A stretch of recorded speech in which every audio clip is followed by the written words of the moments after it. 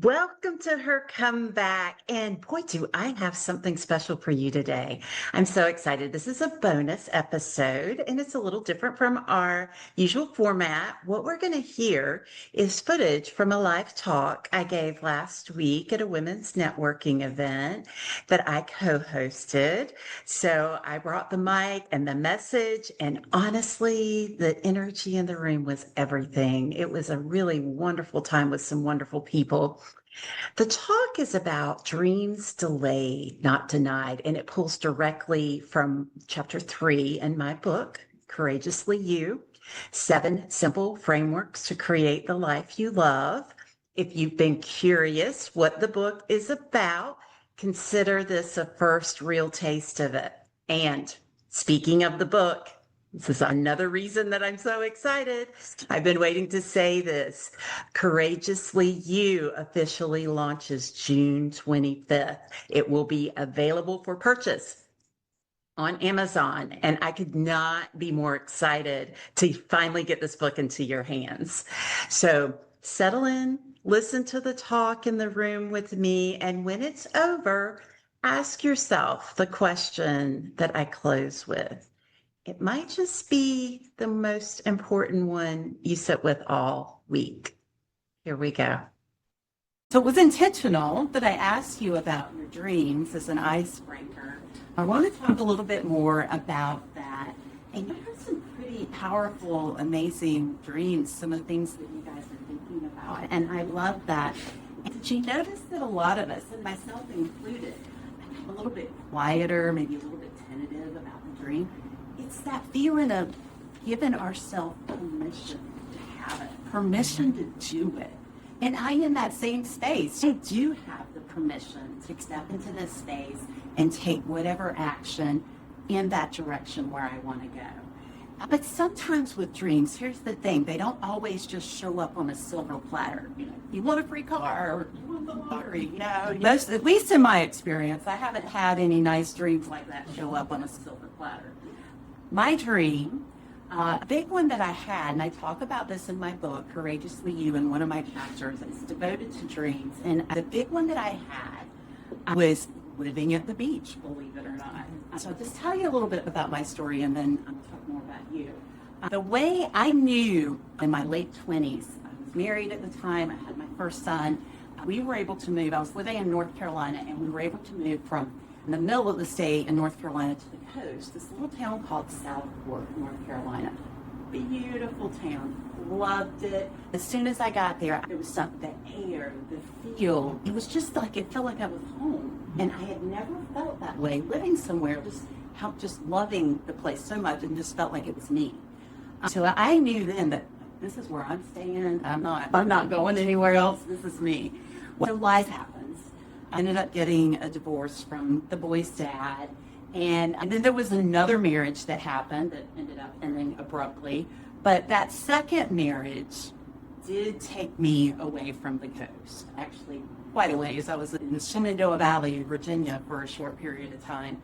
And was willing to do it at the time for this marriage that I had entered into. When that ended, I was a single mom again, 2 boys, and I had to go where I had the support, right? I as much as I wanted to go right back to the Wilmington area of North Carolina, it's just like the family was back in Greensboro, like right in the center of the state, and their father was there, so it just didn't make sense. So went, and there I was. I stayed in Greensboro for the next 15 years. So here I am, and I'm just like, I really want to get back to the beach. And I knew that there just wasn't a way to get there. But this 15-year period, about halfway through, it was in 2012, I had an opportunity that I thought I was about to get a big break. I had applied for a job at the hospital. I was doing project management and healthcare at the time, for the hospital in Wilmington, where I had worked previously before I had moved.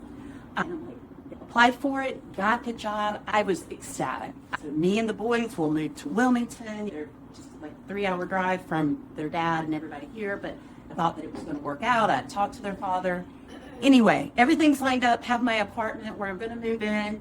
And then the Friday before, like I'm supposed to start on Monday, the Friday before, I got a call from the HR guy at the hospital, and he said, Michelle, got a little problem here. I've been going over some stuff in your paperwork, and yeah, we found that there was like a DWI that you had, and this 20 years ago, this had happened in 1991. And I'm like, yeah, that happened 20 years ago. You didn't disclose that. And because you didn't disclose that, we're rescinding the job.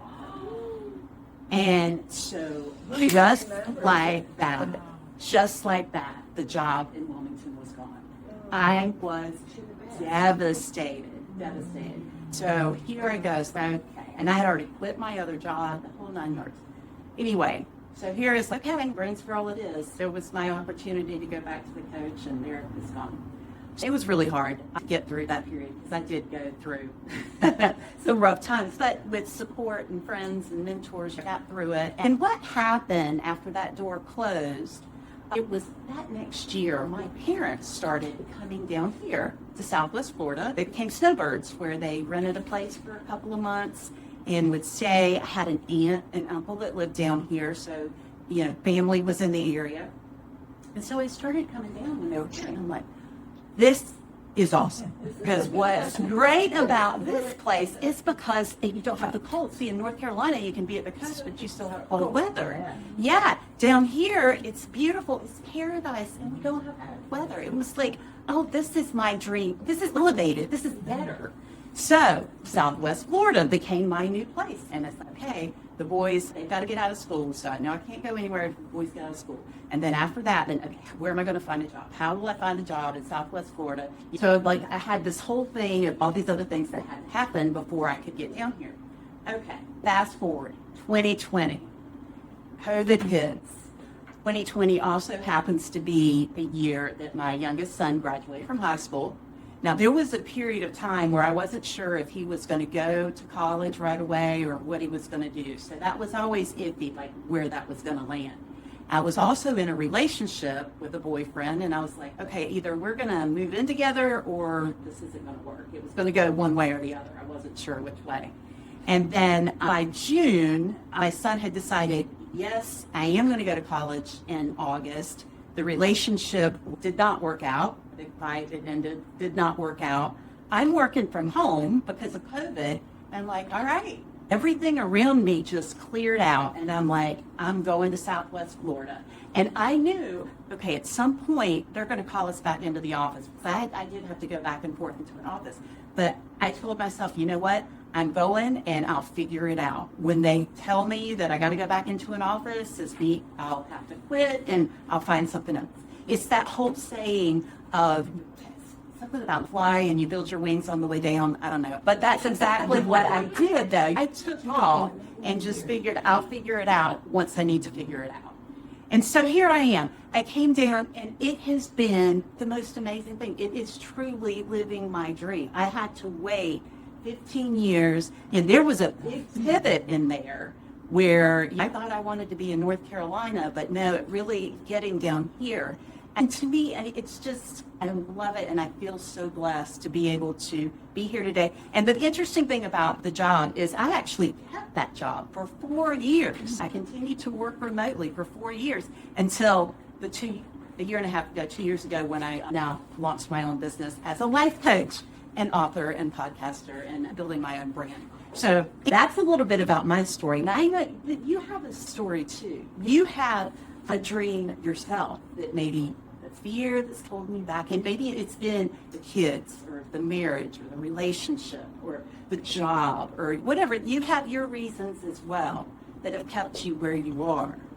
So what is it today that continues to hold you back?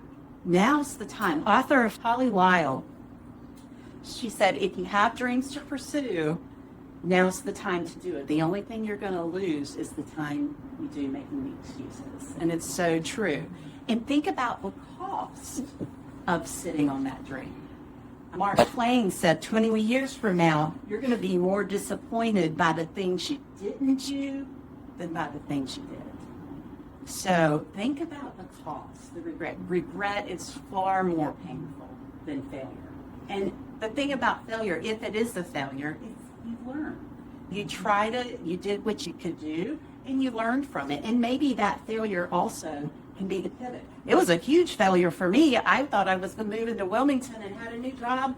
That was a pretty big deal, but no, that failure was really a redirection to something better that I had to wait for. And that whole time in the middle, it was just preparing me. Things had to happen. There were other things that needed to come into place before I was prepared and ready to do and be where I am today. So, for you, I passed around the sheets. The framework is what I have also in this chapter of the book. And this is what you can do in looking at your dream. And as you look at the framework, what is it that you desire deeply? What is it calls to your soul?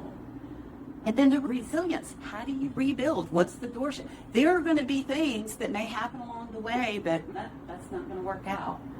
Having that resilience to pivot and just rebuild and see where are there other opportunities? Where are there other ways to go about it?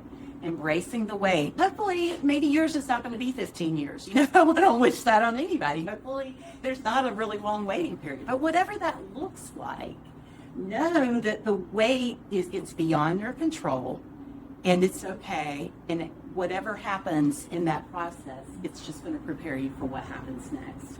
Adapting, staying flexible, again, talked about that. And then when you get the opportunity, take it, move boldly, figure it out. The door's open, the opportunity's there, just go and do it. It's so important. So what is it?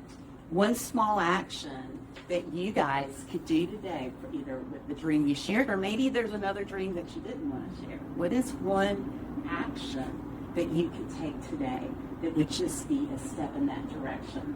What have you been postponing? What have you been putting aside? Know that you're worth it. I look at my book as a permission slip.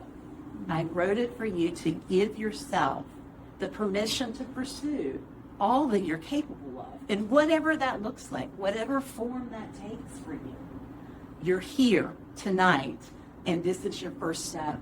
Commit to taking that action in the direction of your dream. You'll be glad you did. I really appreciate you guys listening to me, and I hope that you can take something away with the framework and use that as you leave from here tonight. So thank you. I hope that something landed for you today because you were meant to hear it. Now, if that conversation stirred something in you, I just can't wait until you get your hands on the full book, Courageously You. We go deeper into every single one of those frameworks with stories and reflection questions and tools to actually do the work, not just be inspired by it. Here's what I need you to do right now while it's fresh. Go to the link in the notes, her comeback, sign up for the updates, hercomebackpodcast.com. Again, that's hercomebackpodcast.com. You'll be the first to know when it drops and get all the details on how to grab your copy. And trust me, you don't want to miss launch day. Courageously You will be available on Amazon starting June 25th. Set a reminder, mark it on your calendar, and tell a friend who needs this information as much as you do. Thank you for being part of this community. Thank you for showing up here week after week. It's exactly the kind of courage this book is talking about. Keep coming back. Your comeback is happening. Until next time, I'm Michelle Thompson, and this is Her Comeback.